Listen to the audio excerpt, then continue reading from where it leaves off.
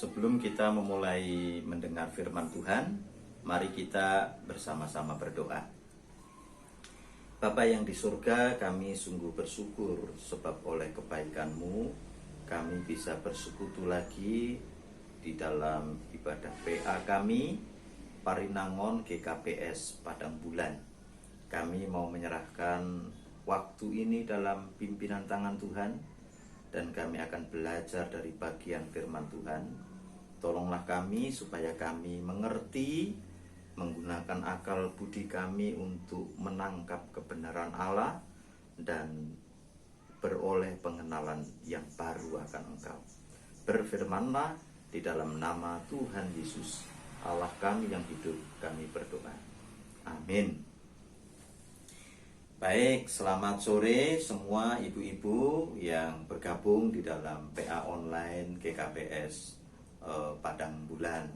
Saya mengucapkan kiranya Tuhan menyertai Bapak Ibu dimanapun berada, ibu-ibu khususnya, dan salam. Hari ini teks firman Tuhan yang akan kita renungkan diambil dari Injil Lukas pasal yang ke-14 ayat 7 sampai ayat yang ke-11. Nah, saya akan membacakan untuk kita semuanya. Demikianlah firman Tuhan. Tempat yang paling utama dan yang paling rendah. Karena Yesus melihat bahwa tamu-tamu berusaha menduduki tempat-tempat kehormatan, Ia mengatakan perumpamaan ini kepada mereka. Kalau seorang mengundang engkau ke pesta perkawinan, janganlah duduk di tempat kehormatan, sebab mungkin orang itu telah mengundang seorang yang lebih terhormat daripada kamu, supaya orang itu yang mengundang engkau dan dia jangan datang dan berkata kepadamu, berilah tempat ini kepada orang itu.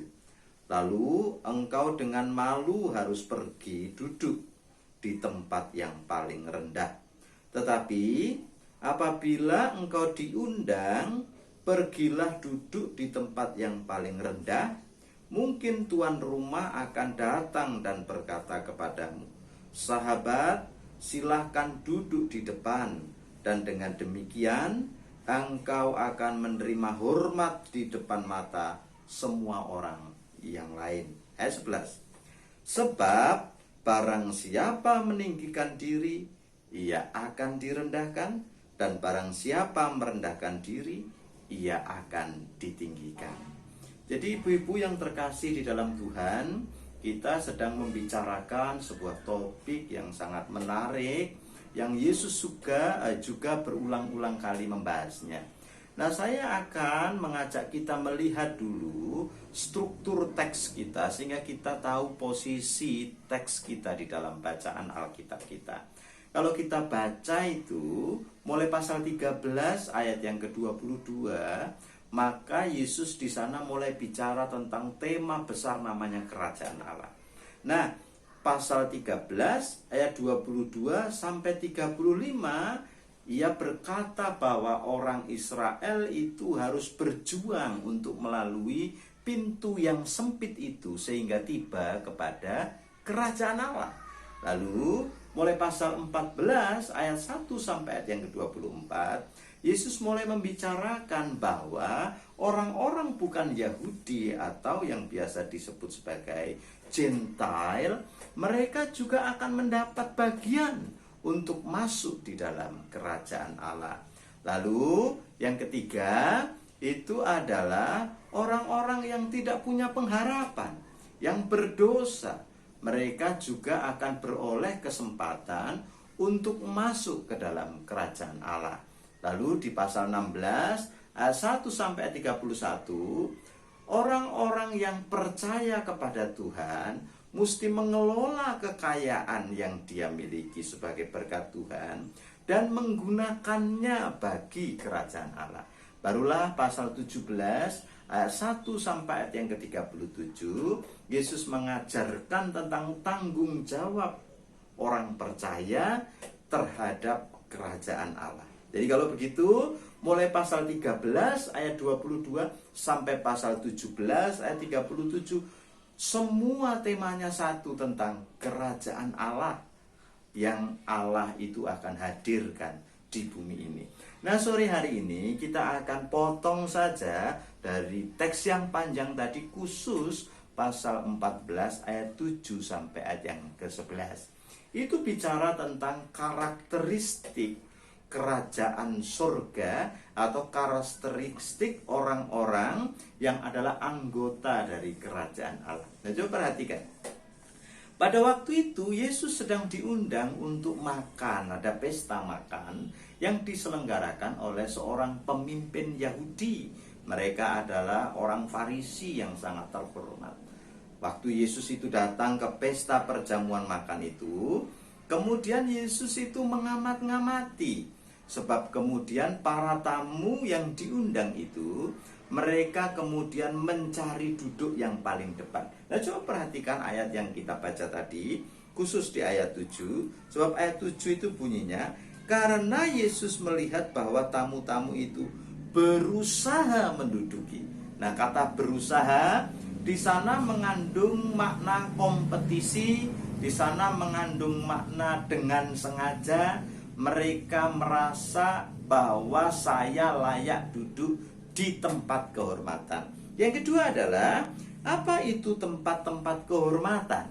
Tempat-tempat kehormatan itu artinya adalah, kalau dulu di dalam pesta perjamuan kawin, maka tuan rumah itu akan bikin tempat di depan, lalu kemudian semacam stage begitu, tempat yang lebih tinggi. Di sana duduk pemilik pesta beserta dengan tamu-tamu kehormatan seperti raja, atau seperti pejabat-pejabat negara, atau seperti para pemimpin religius, pemimpin agama begitu ya. Dan mereka duduk di sana sebagai tamu-tamu kehormatan. Nah, perhatikan. Orang-orang ini, tamu-tamu yang hadir dalam pesta perjamuan makan di keluarganya seorang pembesar Farisi ini, mereka berusaha duduk di situ. Artinya dengan sengaja merasa dan menganggap untuk mendapat penghargaan, penghormatan dari orang di sekitarnya. Saya harus dapat kursi yang paling depan itu, saya harus duduk di tempat kehormatan itu. Nah, perhatikan, lalu kemudian berdasarkan peristiwa itu Yesus mengajarkan prinsip-prinsip kerajaan Allah. Dan dia mulai bicara di ayat yang ke-8. Kalau seorang mengundang engkau ke pesta perkawinan, jangan duduk di tempat kehormatan. Artinya jangan duduk yang di depan tadi. Karena jangan-jangan katanya, sebab mungkin orang itu telah mengundang seorang yang lebih terhormat daripada kamu. Ayat yang ke-9. Supaya orang itu yang mengundang engkau dan dia jangan datang dan berkata kepadamu, berilah tempat ini kepada orang itu. Lalu engkau dengan malu harus pergi duduk di tempat yang paling rendah. Nah, kalau begitu, ini yang Yesus ajarkan pertama. Jangan merasa bahwa saya layak di situ. Jangan merasa bahwa saya yang paling pantas di tempat paling depan. Dan ini bukan nilai kerajaan Allah. Artinya orang Farisi secara sengaja, dengan intensi, dengan secara berkompetisi mencari tempat yang paling depan. Nah, kalau saudara baca misalkan lagi, itu ada misalkan di dalam Matius pasal yang ke-23 ayat yang ke-6. Di sana Yesus itu berkata, dan memang itu bukan lagi menyindir, tetapi mengatakan bahwa orang-orang Farisi itu punya karakter. Pingin duduk di tempat yang paling depan, pingin duduk di tempat yang paling terhormat, dan pingin mendapat penghormatan. Mereka sengaja mencari itu. Jadi kalau begitu, ini sudah jadi habit, ini sudah jadi kebiasaan, ini sudah jadi motif bahwa memang mereka karakternya itu adalah mencari penghargaan. Dengan cara apa? Duduk-duduk di tempat yang paling depan, sebab dia merasa bahwa saya layak di situ. Nah, perhatikan, kerajaan Allah tidak boleh seperti itu. Karena kalau saudara itu baca Lukas pasal 13 ayat 30 misalnya. Nah, Yesus itu pernah juga mengatakan bahwa yang terdahulu akan jadi yang terkemudian. Jadi kalau begitu, apa maksudnya? Maksudnya begini, di kerajaan Allah itu, orang Yahudi adalah orang yang dahulu atau pertama-tama mendapat plan dari Allah untuk diselamatkan. Tapi mereka menolak, sehingga akhirnya gereja yang diselamatkan. Maka yang terdahulu, orang-orang Yahudi itu kemudian gagal masuk kerajaan Allah, digantikan oleh gereja dan mereka jadi yang terkemudian. Kenapa? Karena mereka sudah merasa, mereka sudah berpikir, mereka sudah berperilaku, saya yang pantas dan saya satu-satunya yang bisa masuk kerajaan surga karena kami adalah keturunan Abraham. Ternyata Tuhan bikin plan lain melalui gereja. Maka di sini juga disebutkan bahwa jangan kamu merasa kamu layak dihormati. Sebab itu bukan nilai kerajaan Allah. Yang merasa sudah dekat kali dengan Tuhan akan masuk kerajaan surga, yang merasa terdahulu akan terbelah. Yang merasa dan menginginkan kehormatan akan direndahkan oleh Tuhan. Nah, itu prinsip kerajaan Allah. Jangan kalau begitu kita artinya memberi nilai, memberi kredit poin kepada diri lebih dari porsinya, dan kalau lebih itu kesombongan. Maka kemudian Yesus mengajarkan kalau begitu apa yang mesti dilakukan. Ayat 10, ayat 11. Jangan kasih kredit poin pada diri berlebihan. Ayat 10-11 perintahnya. Tetapi apabila engkau diundang, pergilah duduk di tempat yang paling rendah. Nah, ini titik ya. Mungkin tuan rumah akan datang dan berkata kepadamu, sahabat, silakan duduk di depan. Dan dengan demikian engkau akan menerima hormat di depan mata semua tamu yang lain. Sebab barang siapa meninggikan diri, ini ayat kuncinya, ia akan direndahkan. Dan barang siapa merendahkan diri, ia akan ditinggikan. Jadi Yesus kemudian mengajarkan kebenaran. Di dalam kerajaan Allah, orang-orangnya itu punya karakteristik seperti ini. Mereka adalah orang-orang yang rendah hati. Rendah hati artinya mampu memberi poin kepada diri sendiri, nilai pada diri sendiri, proporsional. Tidak berlebihan sehingga dia menjadi sombong. Tidak terlalu rendah sehingga dia itu menjadi minder atau menjadi rendah diri. Tapi proporsional. Orang ini menyadari bahwa saya juga punya kelemahan, saya juga punya kekurangan, sehingga saya butuh untuk dikoreksi, diajari, diingatkan. Saya butuh untuk terus menimba pengalaman bersama dengan Tuhan, menghargai orang-orang di sekitar saya. Dan ini karakter yang rendah hati. Yang perlu ibu-ibu ketahui semuanya adalah di dalam diri kita itu melekat kebutuhan dasar. Kebutuhan dasar akan apa? Akan safety dan security. Dan ini selalu saya bilang. Safety itu makanan, minuman, pakaian, dan lain sebagainya. Kita semua punya itu dan cari itu. Tapi yang kedua adalah security, dihargai, dihormati, dicintai, dikasih. Tidak semua orang kebutuhan akan itu terpenuhi. Dalam natur kita yang berdosa, kita punya kecenderungan untuk berupaya memenuhi kebutuhan akan dihargai, dihormati, ditinggikan, dan dianggap penting. Dan itu menjadi pencarian kita. Dalam rangka mencari itu kita bisa bermanifestasi atau mengubah wujud dalam berbagai macam rupa, perilaku. Ada ibu-ibu yang kemudian tanpa sengaja itu punya jiwa yang suka pamer, yang selalu kemudian berkata-kata besar, yang selalu kemudian berperilaku aneh, mengenakan semua yang dia punya itu, pergi ke gereja dengan harapan di dalam hati supaya orang itu tahu siapa saya. Saya itu istrinya orang hebat. Saya punya banyak simpanan. Kalung saya banyak, emas saya semua saya pakai. dan kemudian dia mendapatkan penghargaan. Jadi maksud saya apa? Melekat dalam diri kita itu kebutuhan untuk dihargai, sehingga kita selalu didorong oleh diri kita sendiri untuk cenderung menyombongkan diri. Ada yang melalui kata-kata, ada yang melalui perilaku, ada yang melalui mimik, macam-macam. Bahkan kadangkala orang itu tidak merasa bahwa dirinya sombong.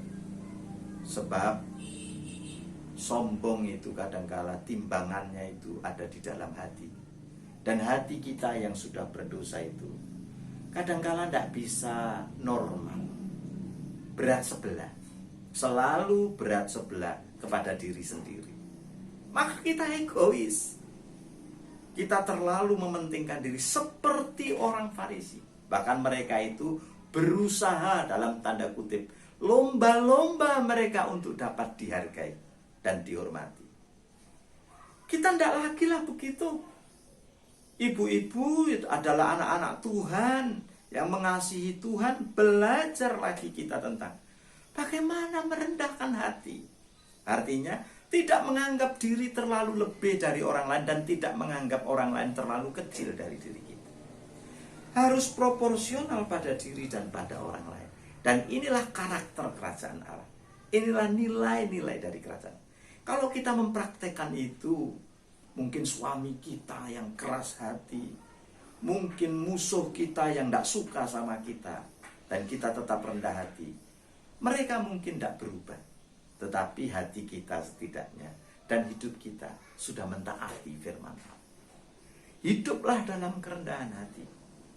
Belajarlah untuk selalu proporsional memberi nilai pada diri.